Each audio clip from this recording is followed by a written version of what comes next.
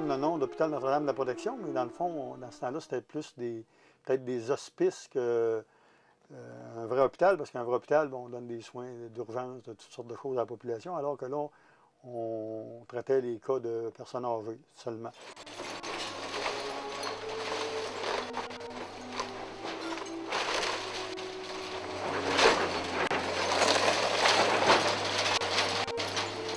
Alors, c'est en 1917, il y a un gars qui était né à Sainte-Marie qui s'appelait Louis Bilodeau.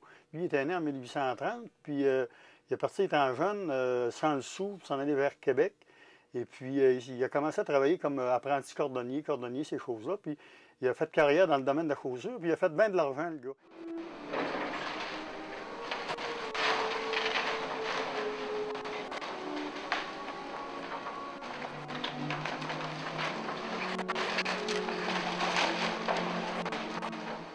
Et comme il n'y avait pas d'héritier, puis qu'il y avait un grand attachement pour Sainte-Marie, il a décidé, lui, de léguer une partie de sa fortune à Sainte-Marie, à la communauté. Mais son but principal était d'en faire un hôpital pour les vieux ou un genre pour les plus démunis, les enfants malades ou des choses comme ça. Mais c'était conditionnel à certaines choses.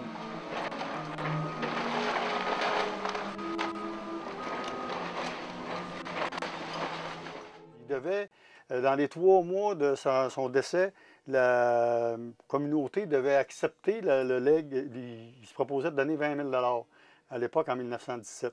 Alors, il se proposait de donner 20 000 et puis la communauté avait 3 mois pour dire, bon, j'accepte le legs ou je ne l'accepte pas. Puis ça, c'était la première condition. La deuxième, c'était d'entreprendre des travaux dans la première année. Donc, après son décès, 3 mois pour se virer de bord, on le prend dessus, on fait dessus le projet, et puis on doit commencer tout de suite des travaux dans le courant de l'année parce que en 1918, ça vient vite. Lui, il était mort, je pense, en février ou quelque chose comme ça. Donc, c'est ainsi que de commencer le projet de l'hôpital à Sainte-Marie.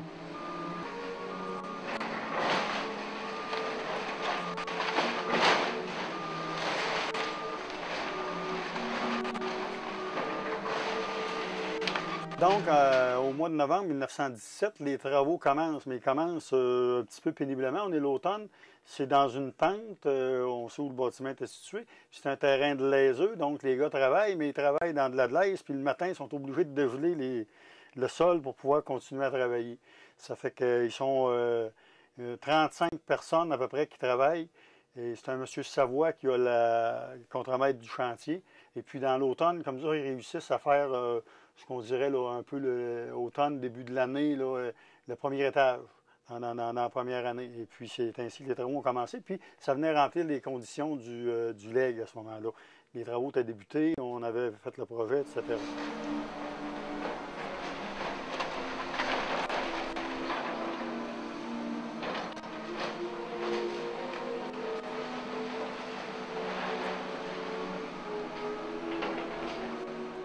Mais en 1918, il ne se fait pas grand-chose de travaux parce que au même moment, il y a eu un tonnerre qui est tombé sur le clocher de l'église en février 1918. Donc, les bénévoles qui étaient assignés pour aller travailler sur la nouvelle hôpital devaient aussi travailler sur, c'est à peu près c'est le même monde dans le fond, fait qu'ils devaient travailler pour la réparation de l'église où le clocher avait été brisé pendant l'hiver.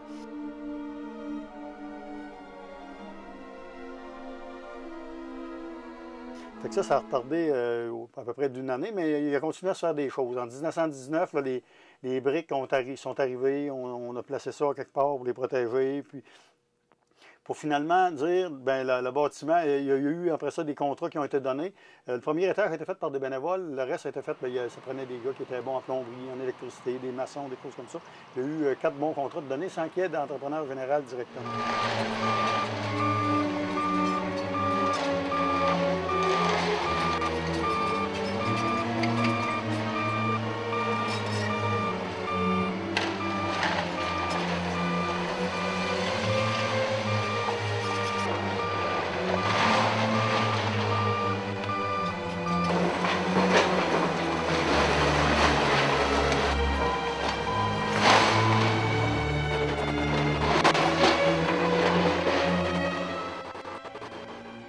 Monseigneur Fecteau, qui était à l'époque le curé de Sainte-Marie, qui était le grand maître d'œuvre du dossier, lui avait travaillé pour les Sœurs de la Charité à Québec, où il avait été aumônier des Sœurs de la Charité, et puis il avait des bonnes relations avec eux autres. Donc, il s'est organisé pour que les Sœurs de la Charité, ce soit eux autres qui s'en viennent à Sainte-Marie.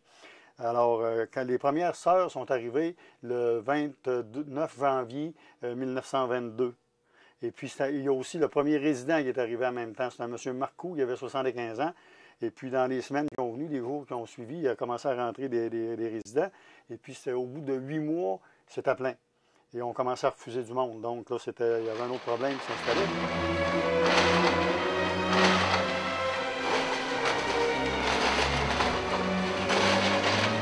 Mais en même temps qu'il y avait beaucoup de monde, dans ce temps-là, il n'y avait pas de pension de vieillesse, des choses comme ça. Donc, ça prenait de l'argent.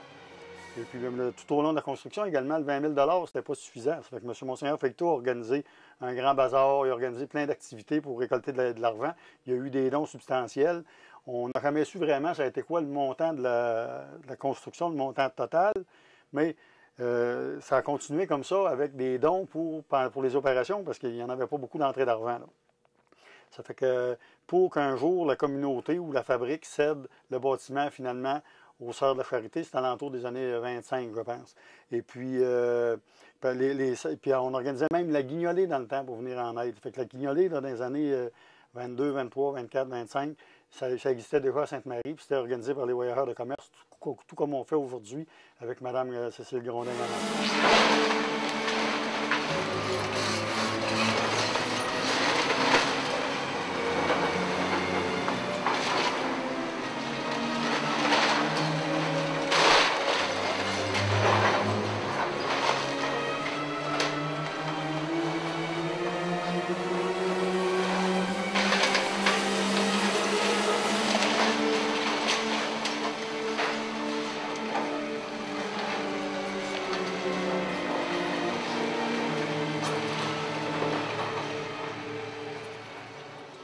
Monseigneur Fecteau a été curé de Sainte-Marie pendant 50 ans, et puis comme il n'était pas éternel, il était malade les dernières années, et puis en 1946, il prend sa retraite, puis il s'en va dans une maison de retraités pour les gens là, du clergé à Lévis.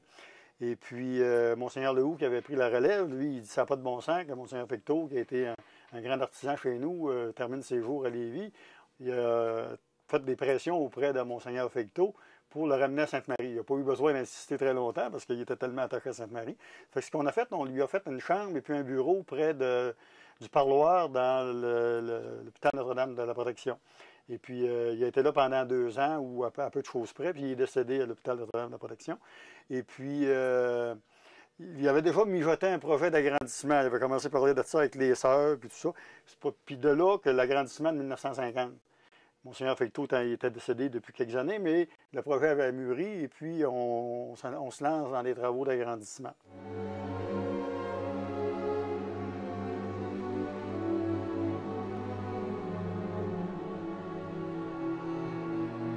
Quand ça a été inauguré en 1951 avec la partie neuve, on pouvait recevoir 85 pensionnaires.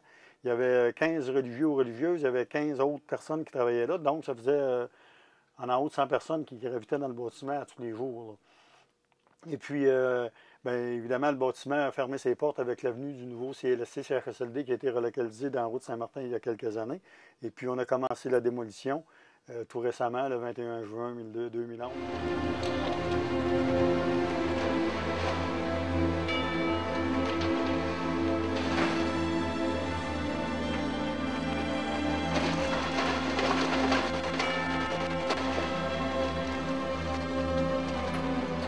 Bien, nous, on a tenté de sauver le bâtiment. On a fait des démarches, des estimations de coûts, comment ça coûterait la rénovation, la mise aux normes. On voulait y relocaliser le poste de police, y mettre des locaux communautaires. On avait un bon projet pour ça, mais les coûts étaient tellement élevés qu'on a dû abandonner le projet parce que oui, si on veut avoir du patrimoine dans 100 ans, il faut en garder là parce que on ne sera pas capable, on ne rebâtira pas ces bâtiments-là. Là. On va voir certains endroits dans les États-Unis, puis on voit des bâtiments de 1700 quelque chose. Il y a quelqu'un, quelque part, qui a travaillé pour dire, bien, on les conserve, nos bâtiments. Par contre, il faut aussi être réaliste et puis dire, bon, ben, ça coûte combien par rapport à ce qu'on va avoir de neuf et puis de commodité dans des bâtiments neufs aussi. Là. Alors, c'est ça la raison. On a voulu, on a tenté, mais la raison a eu le dessus sur la passion.